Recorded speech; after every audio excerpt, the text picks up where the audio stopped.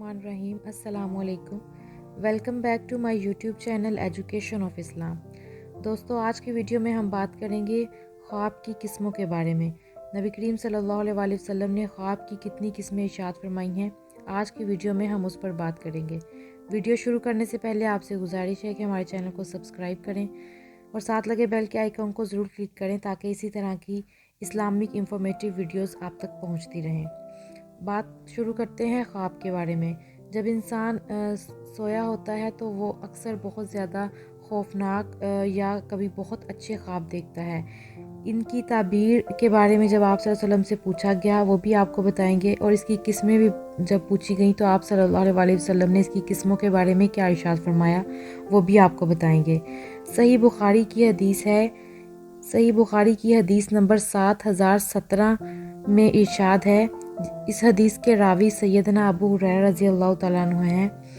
आप सल्लल्लाहु अलैहि वसल्लम से पूछा गया कि ख्वाब की कितनी किस्में हैं, तो आप सल्लल्लाहु अलैहि वसल्लम ने इरशाद फरमाया कि ख्वाब की 3 किस्में हैं, यानी कि ख्वाब 3 तरह के होते हैं।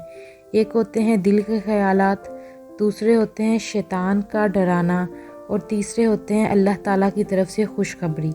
जो दिल के ख्यालात होते हैं उससे मुराद जो हम सारा दिन सोचते हैं रात को, वही हमारे ख्वाब में या हमें यूँ लगता है जैसे हमने ख्वाब में कुछ अपने मन गढ़ंत जो बातें हैं वो देख ली हैं। और दूसरा होता है शैतान का डराना। बाज़ औक़ात शैतान भी कुछ इस तरह की हरकत करता है जिससे इंसान डर जाता है। और तीसरा है अल्लाह की तरफ से खुशखबरी, यानी कि अल्लाह ताला की तरफ से कोई अच्छे काम होने की खुशखबरी ख्वाब में आए या किसी बुरे काम का। वैसे तो आम तौर पर इस तरह के ख्वाब जो हैं वो अंबिया कराम को आते हैं और वो सच्चे भी होते हैं।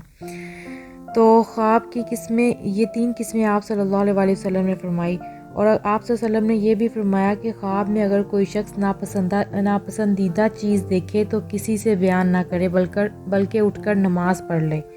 ये भी हदीस में आप सल्लल्लाहु अलैहि वसल्लम ने इरशाद फरमाया।